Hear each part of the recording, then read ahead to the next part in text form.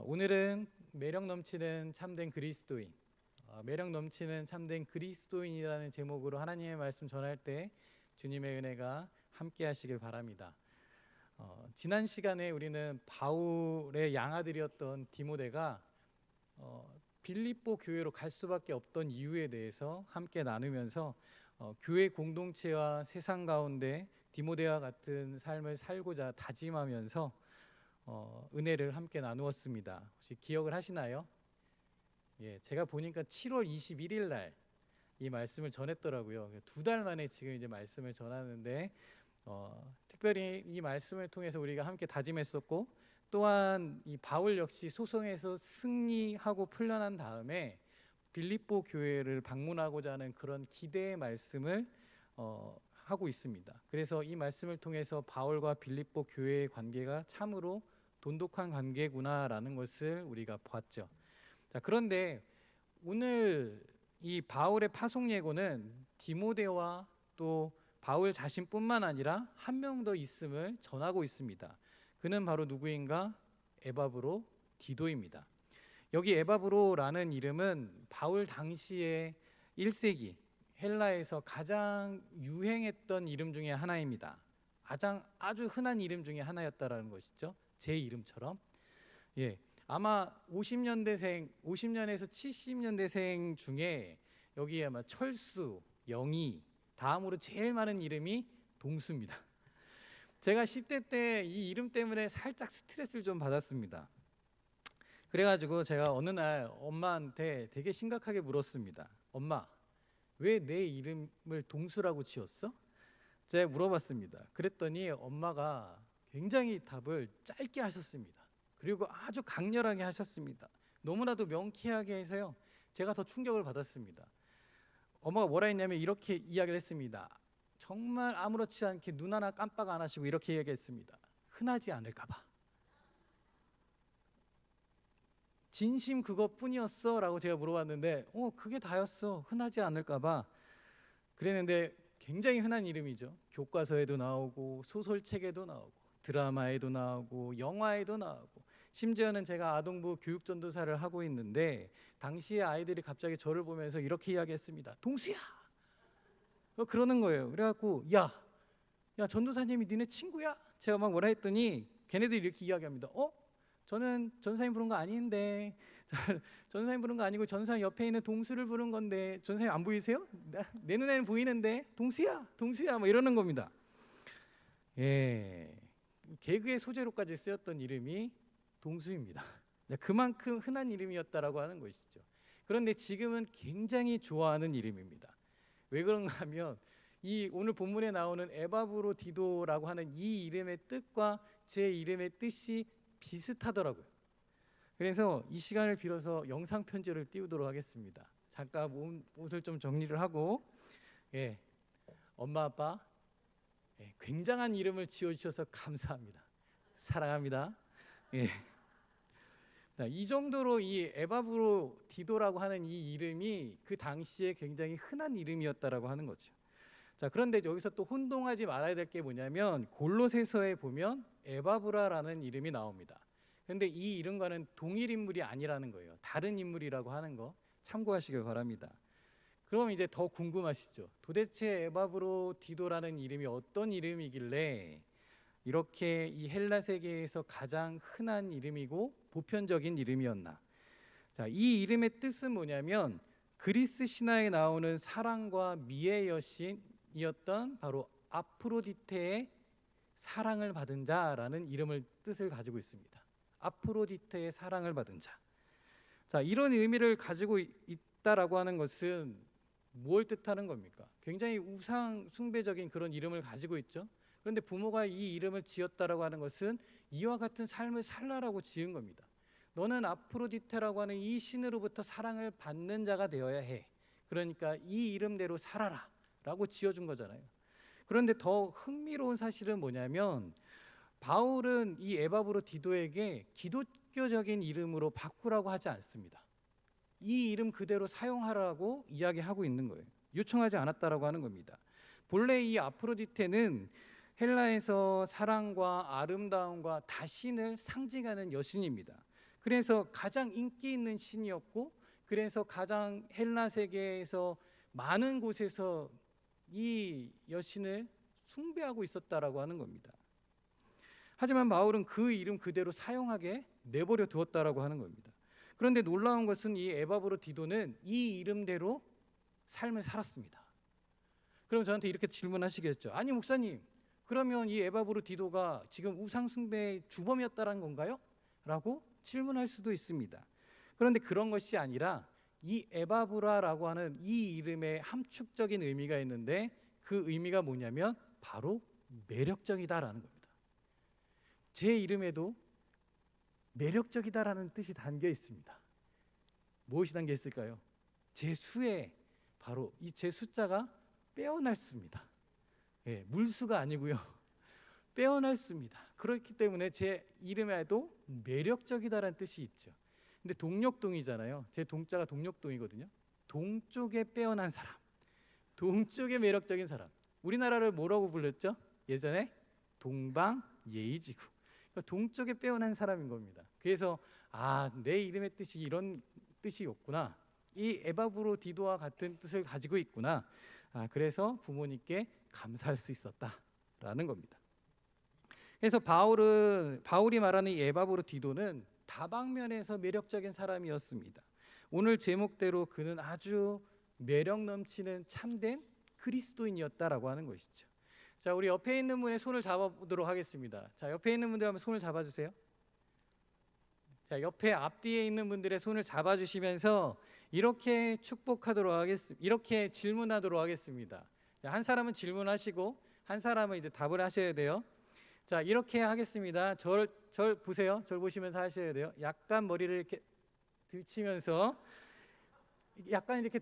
이렇게 이야기하는 겁니다. 내가 매력 넘치는 참된 그리스도인으로 보이니? 이렇게 하는 거예요.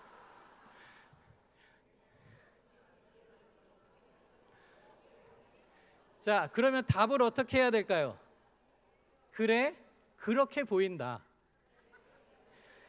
자, 우리 다른 분들한테 이렇게 축복하도록 하겠습니다. 내가 그렇게 매력 넘치는 참된 그리스도인처럼 보이니? 이렇게.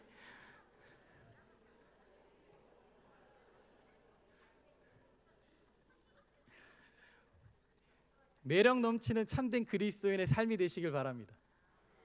여러분, 우리가 방금 이렇게 축복했지만 구체적으로 참된 그리스도인은 어떤 사람일까요? 이 참된 그리스도인이라고 하는 것은 하나님의 사랑받는 자녀로 예수님을 구주로 영접하고 예수님을 닮아가는, 성령님의 인도하심을 받아 그리스도의 삶을 실천하는 사람이 바로 참된 그리스도인입니다. 이런 의미에서 오늘 에바브로디도는 자신의 이름대로 매력 넘치는 참된 그리스도인이었습니다. 왜냐하면 오늘 본문이 그 사실을 확실하게 증거하고 있기 때문이죠. 그러하기에 이 에바브로디도를 향한 여러 증명들, 매력 넘치는 참된 그리스도인으로서의 삶을 살아내는, 그래서 이것이 우리의 증명이 되어지고 우리가 살아내는 삶이 되어지기를 주님의 이름으로 축복합니다. 자, 그래서 오늘 25절 말씀을 우리 다시 한번 같이 함께 읽도록 하겠습니다. 같이 함께 읽겠습니다. 시작. 그러나 에바브로디도를 너희에게 보낸 것이 필요한 줄로 생각하노니 그는 나의 형제요 함께 수고하고 함께 군사된 자요 너희 사자로 내가 쓸 것을 돕는 자라. 아멘. 첫째, 바울은 에바브로디도를 향해서 뭐라고 이야기했냐면 바로 나의 형제라고 말하고 있습니다. 여기 형제라고 하는 헬라어로 아델포스라고 이야기를 하는데, 이 의미는 무엇이냐? 바로 한 어머니의 자궁에서 태어난 이들이라는 뜻을 가지고 있습니다. 자, 그러면 국어사전에는 이 형제라는 단어가 어떻게 나왔느냐 제가 찾아봤더니 첫 번째 뜻은 이렇게 되어 있습니다. 형과 아우를 아울러서 이르는 말. 그러니까 형과 아우를 아울러서 이르는 말. 두 번째는 뭐냐면 형제와 자매, 남매를 통틀어서 이야기하는 말. 자, 이렇게 보면 어머니 뱃속에서 나온 혈육을 형제라고 이야기하는 것이죠.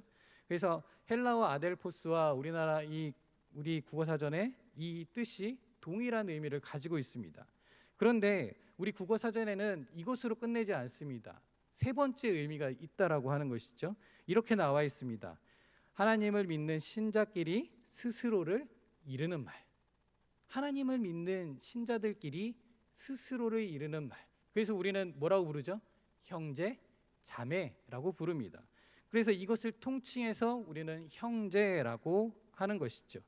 자, 이런 의미에서 바울이 에바브로디도를 바라보는 마음이 같은 어머니 뱃속에서 나온 혈육처럼 아주 진한 사랑의 관계라는 것을 이야기하고 있습니다.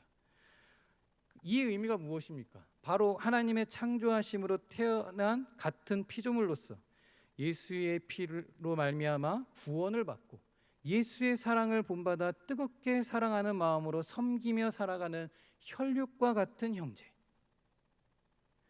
이런 모습으로 사는데 서로를 막대할 수 있겠습니까? 이런 모습으로 하는데 서로를 하대할 수 있을까요? 서로가 서로를 존중하며 사랑의 마음으로 섬겼다는 것을 오늘 본문을 통해 우리는 알 수가 있는 겁니다.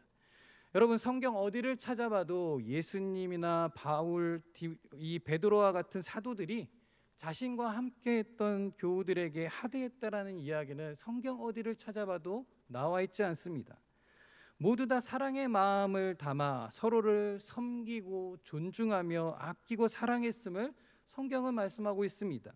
그래서 이들은 모두 형제라고 부를 수 있었던 것이죠. 그러하게 사랑하는 성관 가족 여러분, 우리 공동체도 이와 같기를 원합니다. 우리가 형제라고 부를 때 서로가 예수의 피로 말미암아 구원을 받고 예수의 사랑을 본받아 뜨겁게 사랑하며 섬기는 삶, 혈육보다 더 진한 형제의 모습으로 살아가는 공동체, 우리가 이와 같은 형제의 모습으로 살아가게 되길 주님의 이름으로 축복합니다. 자, 두 번째는 무엇이냐면 바울은 에바브로디도를 나와 함께하는 동역자라고 이야기하고 있습니다. 오늘 본문에 보면 함께 수고하고라고 되어 있죠. 이 말은 헬라어로 시네르곤이라는 단어인데 이 시네르곤의 원형이 시네르오스입니다. 근데 이 원형의 뜻이 뭐냐면 동역자, 동료라는 뜻을 가지고 있습니다. 그렇기 때문에 바울은 복음 전파하는 일에 협조한 동역자들을 묘사할 때 바로 이 단어를 쓰고 있다라는 거예요. 그래서 에바브로디도에게 동역자라고 한 것은 그가 복음을 위해서 바울과 함께 애쓰고 수고했음을 말하는 겁니다. 그래서 여기서 한번 여러분들에게 한번 질문을 하나 해보도록 하겠습니다. 우리가 보통 일을 끝내면 같이 한 사람들에게 이렇게 이야기를 하죠. 수고하셨습니다 라고 이야기를 합니다. 그럼 여기서 이야기하는 이 수고는 무슨 의미일까요? 자, 어떤 의미를 가지고 있을까요? 우리가 일을 끝내고 나면 아유 수고하셨습니다, 수고하셨습니다 이렇게 이야기를 하잖아요. 그럼 여기서 말하는 이 수고의 의미가 뭐냐라고 하는 거. 예, 이야기 하고 계시죠? 예, 안 들립니다. 그런데 이 수고의 의미가 뭐냐면 힘들이고 애썼다는 겁니다. 힘들이고 애썼다. 이 말에는 무슨 뜻이 담겨 있느냐? 쉬운 일이 아니었다라고 하는 거죠. 여러분, 수고의 본질은 뭐냐면 고통을 받는다라는 뜻을 가지고 있습니다. 고통을 받는다. 이는 어떤 일을 하기 위해서는 자기를 희생하는 것이 있어야 된다라는 거예요. 그렇기 때문에 결국 나에게 있는 시간을 희생해야 되는 것이고 내가 가지고 있는 힘을 쏟아야 되는 것이고 내가 가지고 있는 물질이나 생명까지 아끼지 않는 것, 그것이 수고라는 겁니다. 그래서 바울은 에바브로디도에게 수고한 자라고 이야기한 것은 이 에바브로디도가 자기의 시간, 자기의 힘, 자기의 물질이나 생명을 아끼지 않았다라는 것을 의미하고 있는 겁니다. 그럼 에바브로디도가 이렇게 할 수 있었던 것은 무엇일까요? 자기의 시간, 자기의 힘, 자기의 물질, 자기의 생명을 아끼지 않은 이 수고를 할 수 있었던 이유가 뭐냐라고 하는 것, 다름 아닌 복음 때문입니다. 에바브로디도는 복음 때문에 그렇게 할 수 있었다는 거예요. 어떻게 그렇게 할 수 있었느냐? 예수께서 죄인들을 위해서 자신을 희생하시고 우리를 구원해 주신 그 수고 때문에 에바브로디도 역시 몸과 시간과 물질을 들이며 수고할 수 있었던 겁니다. 이 수고로 말미암아 에바브로 디도는 바울에게 인정받는 삶이 되었다라고 하는 것. 그러하게 사랑하는 성관 가족 여러분, 우리 모두는 복음을 위해 수고하고 애쓰는 동역자들입니다. 믿으십니까? 여러분, 저와 여러분들은 그것을 위해서 이 자리에 모여 있는 겁니다. 그러하기에 바울과 에바브로 디도의 관계처럼 힘을 합쳐서 우리에게 주신 사명을 감당하고 예수님과 더불어 하나 된 자들로서 살아가는 하나님과 예수님의 동역자들, 더 나아가 성광교회의 동역자들로 함께 수고하는 자들이 되시길 주님의 이름으로 축복합니다.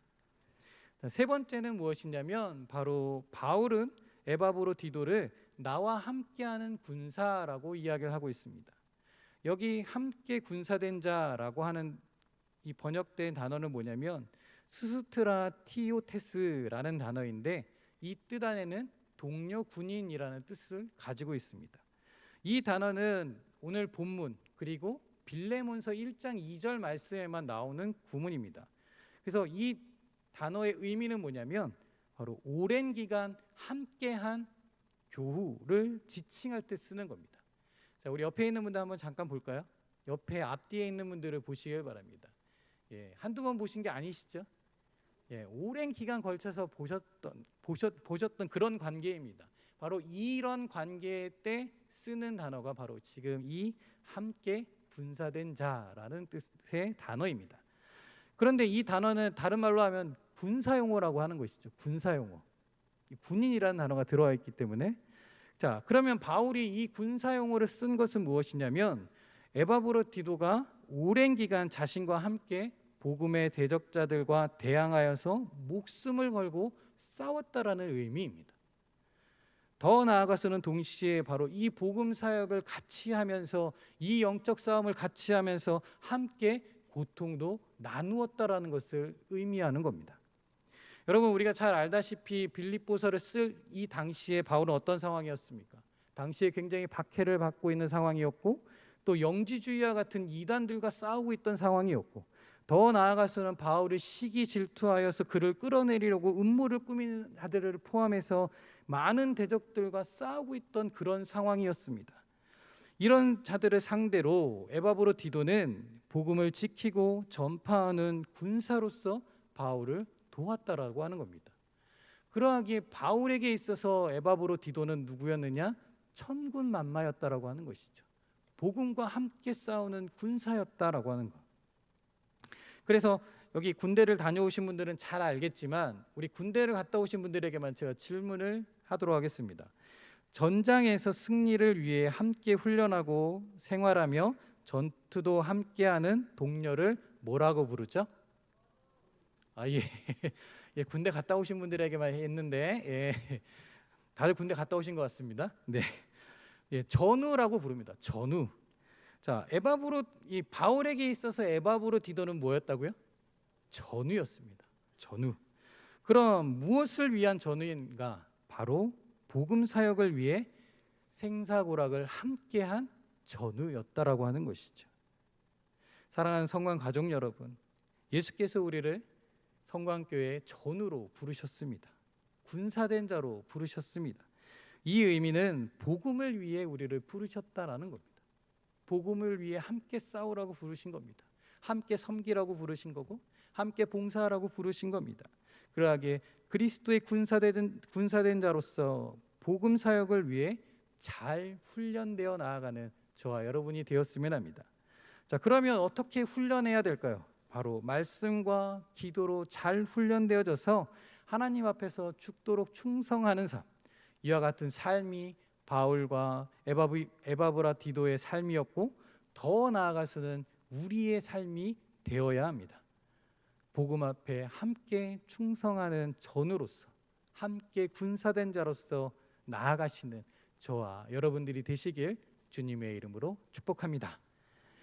넷째는 바울은 에바브로 디도를 너희 사자로 나의 쓸 것을 돕는 자라고 말하고 있습니다. 바울은 에바브로 디도를 이렇게 표현했죠. 너희 사자라고 표현하고 있습니다.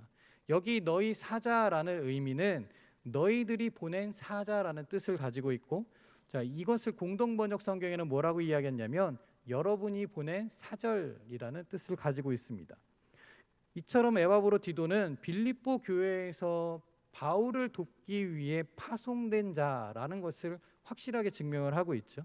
그래서 빌립보서 4장 18절 말씀에 보면 이 바울이 이야기한 것을 뒷받침하는 그런 말씀이 있습니다. 우리 같이 함께 4장 18절 말씀 한 목소리로 같이 함께 읽도록 하겠습니다. 같이 읽겠습니다. 내게는 모든 것이 있고 또 풍부한지라 에바브로디도 편에 너희가 준 것을 받음으로 내가 풍족하니 이는 받으실 만한 향기로운 제물이요 하나님을 기쁘시게 한 것이라. 아멘. 이 보통 여기 사자라고 쓴 이 단어는 누구에게 쓰였냐면 바로 예수님이 선택한 12제자를 가리킬 때 썼던 전용어입니다. 또한 바울이 자신의 사도적 권위를 나타내기 위해서, 주장하기 위해서 자주 썼던 단어가 바로 이 사자라고 하는 단어입니다. 그런데 여기서는 어떤 뜻을 가지고 있느냐? 사명을 받고 보냄을 받은 자라는 의미를 갖고 있고, 더 나아가서는 하나님 나라를 선포하는 복음 전파자라는 뜻을 가지고 있습니다. 자, 이것을 종합해 보면 에바브로디도는 빌립보 교회에서 바울의 일을 돕기 위해 특별한 임무를 부여받아 이곳에 오게 된 높은 권위를 가진 사람이라는 것을 알 수 있게 되는 것이죠. 그런데 아까 말씀을 읽은 것처럼 이 에바브로디도의 정확한 임무는 무엇이었느냐? 바로 바울의 쓸 것을 돕는 자라는 겁니다. 여기 돕는 자라는 뜻은 무엇이냐면 바로 레이트루곤이라고 해서 봉사자라는 뜻을 가지고 있는데, 이 레이트루곤의 이 원형이 레이트루고스입니다. 근데 이 레이트루고스의 뜻은 뭐냐면 섬기는 자, 사역자, 일꾼이라는 뜻을 가지고 있어요. 근데 더 나아가서는 70여 역에는 뭐라고 이야기하느냐? 제사장이라고까지 이야기를 하고 있습니다. 그래서 바울이 에바브로디도를 레이트루고스라고 표현한 것은 그가 자신의 물질적인 필요를 돕는 이 일이 그냥 개인적인 일이 아니라 거룩한 하나의 종교적인 행위라고 봤다라는 겁니다. 그렇기 때문에 바울에게 한다라고 하는 것은 결국은 무엇을 위해 하는 것이다? 복음을 위해 하는 것이다라고 봤다라는 거예요.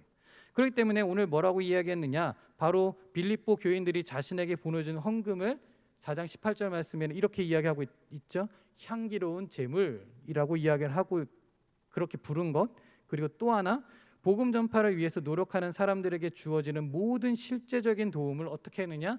하나님을 기쁘시게 하는 것이다 라고 봤다라는 거예요. 그렇기 때문에 바울은 이것을 연결시켜서 에바브로디도를 뭐라고 이야기하느냐? 좋은 동역자, 또 더 나아가서는 함께하는 일꾼, 이와 같은 의미로 보았다라고 하는 겁니다. 그래서 바울은 이 에바브로디도를 굉장히 신앙으로 높게 평가하고 있다라는 것을 오늘 본문은 이야기하고 있다라는 겁니다. 더 나아가서는 바로 이 빌립보 교회와 연결시켜서 그가 한 교회를 대표하는 인물이었다라는 것을 이야기하고 있는 겁니다. 그러하게 사랑하는 성관 가족 여러분, 에바브로디도는 바울을 위해서 빌립보 교회에서 파송한 가장 유능하고 능력 있는 사람이었습니다. 그래서 사도의 권위를 가지고 그를 파송할 수 있었던 것이고, 더 나아가서는 에바브로디도 또한 파송한 교회에 누가 되지 않기 위해서 바울을 열심히 섬기는 그러한 삶으로 나아갈 수 있었다라는 겁니다. 그러하게 우리의 모습을 한번 돌아보았으면 합니다. 우리는 지금 어떠한 모습으로 신앙생활을 하고 계십니까? 내가 지금 속해 있는 이 성광교회 안에서 나는 어떠한 모습으로 나아가고 있습니까? 사람들이 나를 무엇이라고 부르고 있는지 한번 생각해 보시길 바랍니다. 내가 지금 함께 축복하면서 함께 은혜를 나누며 예배하고 있는 내 옆에 있는 내 성도들에게 나는 과연 어떠한 모습으로 비춰지고 있는가? 그러하기에 오늘 에바브로디도가 바울에게 인정을 받았던 것처럼, 신임을 받았던 것처럼, 돕는 자로서 함께 여겼던 것처럼 하나님께 영광을 돌리며 우리 교회와 공동체를 위해서 더욱 빛을 내며 살아가시는 저와 여러분이 되시길 주님의 이름으로 축복합니다. 오늘 에바브로 디도를 통해서 우리가 이 세상과 교회 안에서 매력 넘치는 참된 그리스도인의 삶을 살려면 어떻게 해야 되는지 우리가 함께 보았습니다. 자, 매력 넘치는 참된 그리스도인이 되려면 어떻게 해야 될까요? 첫 번째는 어떻게 해야 될까요? 형제로 살아가셔야 됩니다. 우리가 혈육은 아니지만 정말 혈육과 같은 진한 관계 속에서 살아가는, 정말 예수님의 피로 구원받고 성화를 이루기 위해서 함께 진하게 나아가는 형제로서의 삶을 살아가시기를 바랍니다. 두 번째는 뭐냐면 함께하는 동역자가 되시기를 바랍니다. 복음을 위해서 함께 애쓰고 수고하며 고통도 함께 나누는 동역자가 되시기를 바랍니다. 세 번째는 함께하는 군사 전우가 되시기를 바랍니다. 이 세상 가운데 사단의 세력을 무너뜨리고 복음의 승리를 위해서 함께 생활하고 전쟁에서 이기도록 함께 훈련하며 함께 나아가는 친밀한 전우가 되시기를 바랍니다. 마지막으로 교우들로부터 신임을 받고 돕는 자가 되시기를 바랍니다. 우리가 이러한 모습으로 생활하게 될 때 우리 한 사람 한 사람이 바로 매력 넘치는 참된 그리스도인이 될 것입니다. 그럼 이 한 모습으로만 끝날까요? 내 개인이 참 매력이 넘치는 참된 그리스도인으로만 끝나게 될까요? 아니라고 하는 겁니다. 이런 사람들이 많아지면 많아질수록 교회는 어떻게 될까요? 교회는 더욱더 자연스럽게 든든하게 세워져 가고 건강함이 넘치는 교회가 될 것이고, 성도의 교회 교제든 봉사와 섬김이든 이 모든 부분들을 통하여서 우리의 삶 역시 주 안에서 행복한 신앙의 삶을 함께 영위하게 될 것입니다. 여러분, 이와 같이 되는 삶이 너무 설레지 않으십니까? 우리 옆에 있는 분들, 앞뒤에 있는 분들 다시 한번 같이 함께 축복하면서 말씀을 맺도록 하겠습니다. 한번 우리 옆에 있는 분들 한번 손을 뻗어서 이렇게 축복하며 축복하도록 하겠습니다. 매력 넘치는 참된 그리스도인이 됩시다.